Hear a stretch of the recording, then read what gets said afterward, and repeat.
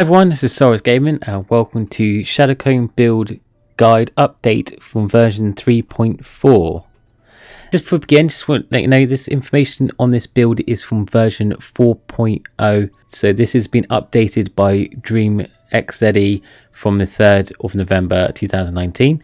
Now for the latest information of this build, please visit the Tap Titan 2 Compendium website link, which I'll put in the description below. That will have the latest build information for you. So make sure you're always visiting that first. Credit to DreamXZE for the Shadowclone build guide, and also to Zen, Zirio, Kwimbob, Taco, Norse, Velina, and Mmlh for the Compendium support, and also the coffee calculator made by Coffee and implemented by Dream as well. This will be used in the Shadowclone build that we're going through today. It uses a Eternal Darkness calculator, which is an amazing tool, so I'll put a link to that below. Soulrise Gaming is not affiliated with any of the applications mentioned on the website, and all the intellectual properties, trademark logos, images, soundtracks, promotional articles and copyright materials presented on the site are the properties of the respective developers. Now for the latest updates, or if you wish to support or donate to these amazing creators of these awesome builds, please visit the Tap Titan Compendium and show your love. Now there's 5 main builds. There's 5 main builds in Tap Titans 2. There's Pet builds, Clanship builds, Shadowclone builds, Heavenly Strike builds and Silent March builds. Now today we're going through the Shadowclone builds. Now these are Laserman builds for active players. You just need to keep your skill activated from time to time.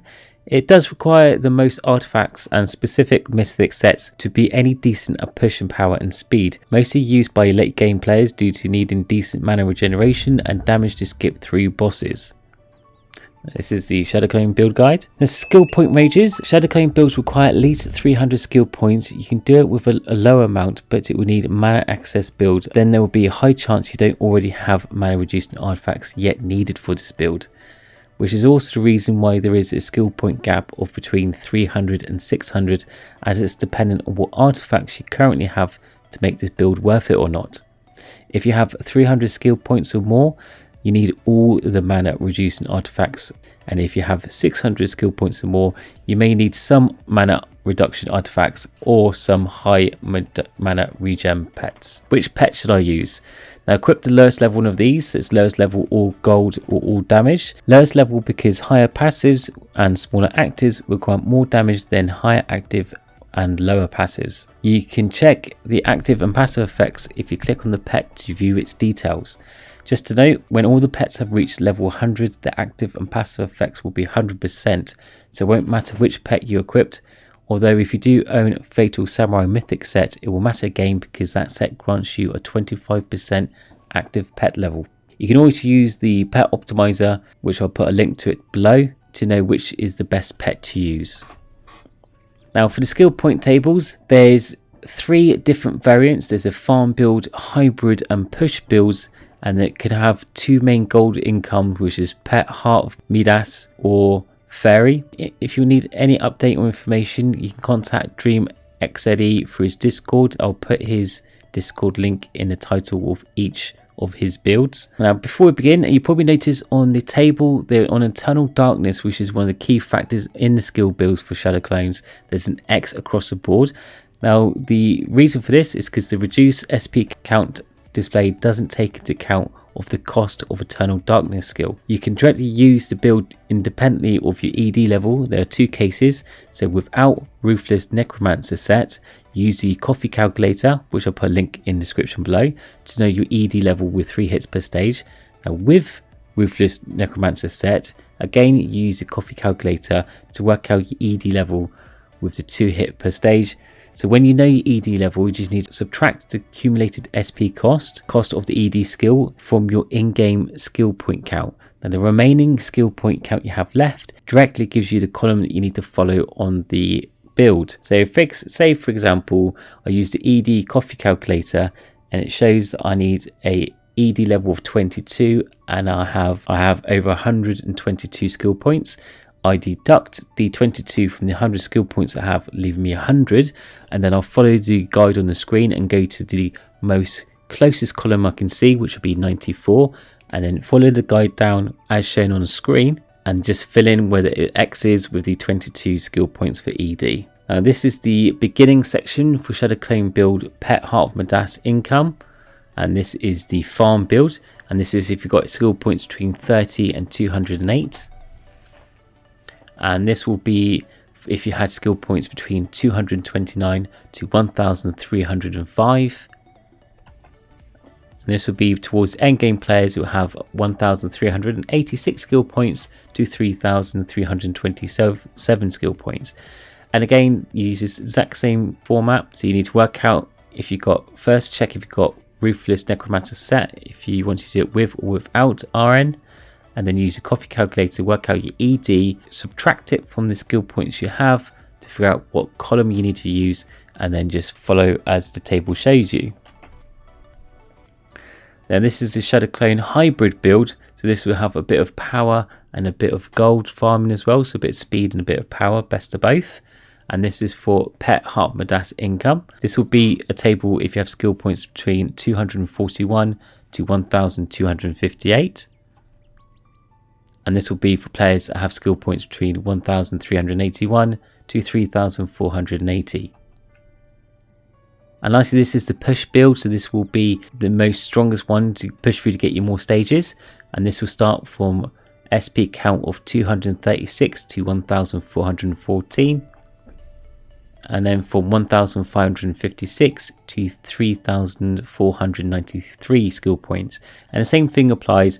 Use a coffee calculator to work out your ED level, then subtract that from your total skill points and follow the table on the screen. Now if you wish to use a fairy gold income, this would be recommended if you're VIP level, so you're able to skip fairy ads. And this will start from skill points of 37 to 152. This will be the farm guide to begin with. And this will be the table to follow if you have between 171 skill points and 1085 skill points. And then if you towards the late game and you have between 1138 skill points to 3438 skill points. Now if you wish to use a Shadow Clone hybrid build with fairy income and you have between 174 skill points and 1193 skill points, then use this skill table. But if you have more and you're between 1258 and 3500, then use this skill table. And as mentioned before, use your coffee calculator to work out your ED level and subtract that from your skill points and follow the table on the screen. And lastly, this is if you want to use a push build, so the Shadow Clone push with a fairy income and you have skill points between 174 and 1078. Or if you have skill points between 1147 and 3514. Shadow Clone gold sources is 3 main gold sources: Pet Heart of Midas, Fairy Gold and Cheston Gold. Pet Heart of Midas, a Shadow Clone with Pet Heart of Midas is a great gold source, and its consistency is great for hybrid and push builds, but not the best for farming.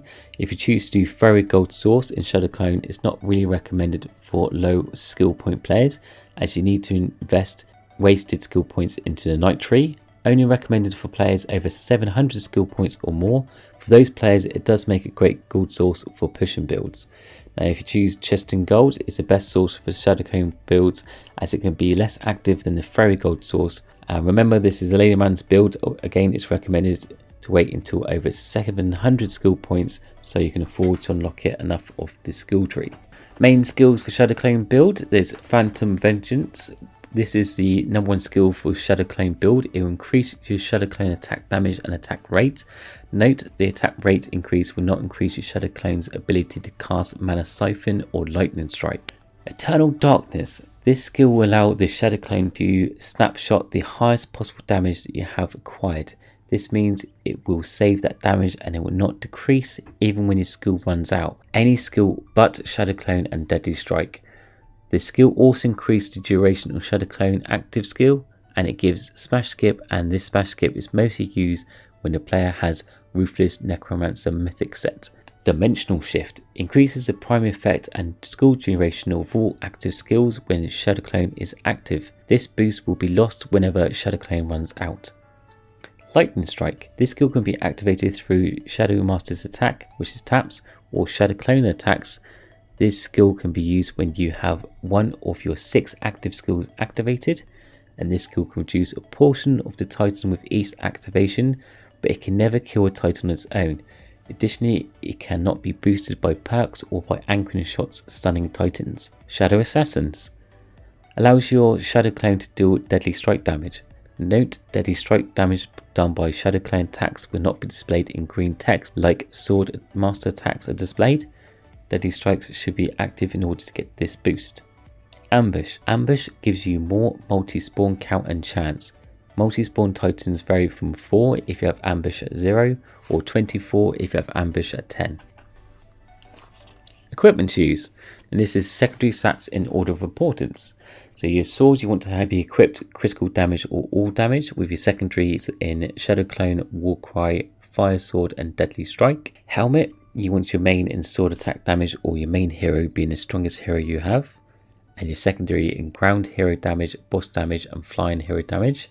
Now if you used Shadow Clone, Chesterton and Fairy Gold build, you want to equip Chesterton, Stealth or Gold suit and your secondaries in the Hand of Midas Gold and Fairy Gold.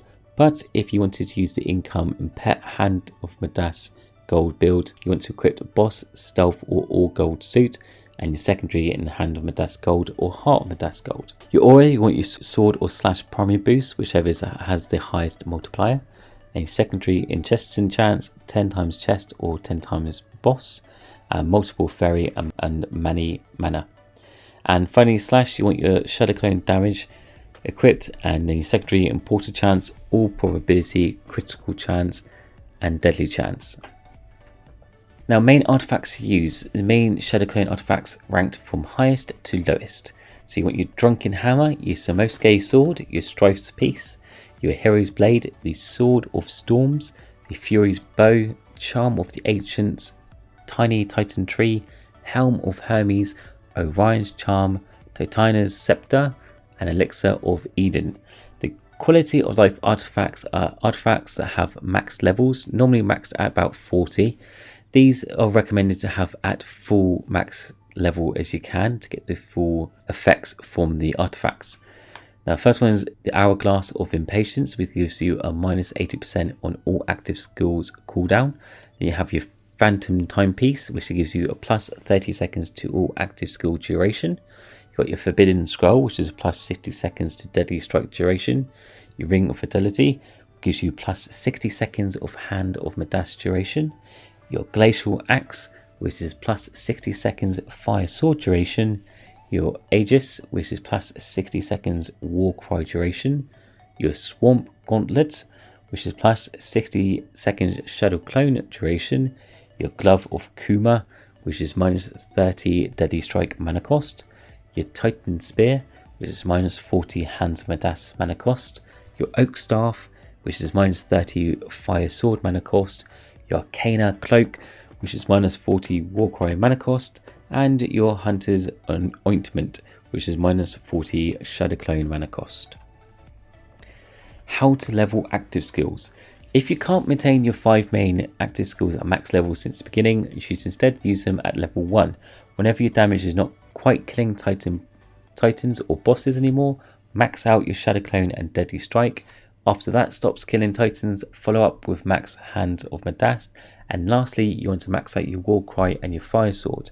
You can leave a Deadly Strike locked for all the run, just to avoid fairies dropping useless stuff for you. Mostly if you have issues with maintaining your skills active on all your run, you want the fairies to drop some of the skills as well. To break down, playing Shadow Clone build is the easiest thing, that's why it's known as the lazy man's build.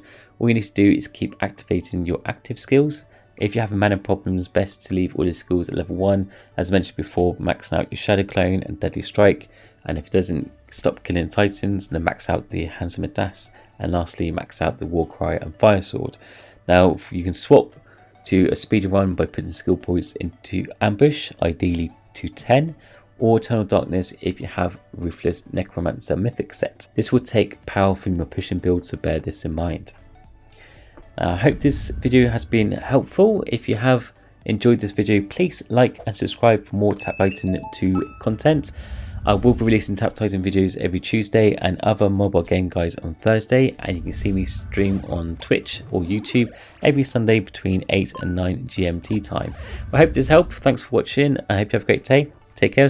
Bye. Hi everyone, I'm pleased to announce that the webpage for Soulrise Gaming is now live. If you go to www.soulrisegaming.uk, you'll come to this new website edition. I'll quickly run through all the amazing features and displays just for you guys. So on the home page, it will have all the latest news. So I'll have my latest guides displayed.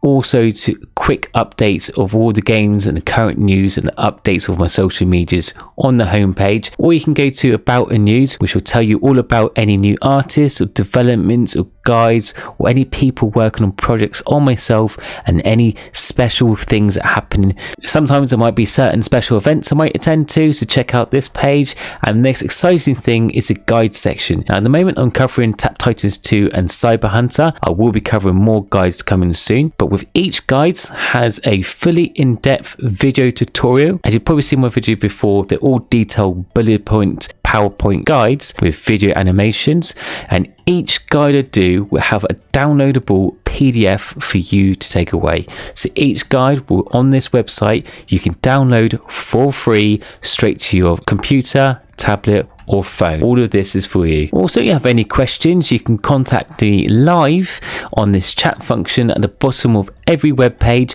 Just click on this. You can do attachments, emojis, or message me directly. If I'm online, I'll speak to you straight away. If not, I'll reply as soon as I can. So there's a live chat function on every page, and also there is a merchandise store, so check it out. So there'll be wonderful limited edition art available just for this store. I've got several artists working on it. I'm quite excited about the new designs and features that are coming up. So if you want to keep up to date with all the news information, check out soulrisegaming.uk, also for the free video guides and PDFs for you to download and take away. I hope this has helped, and I'll speak to you all soon. Take care. Bye.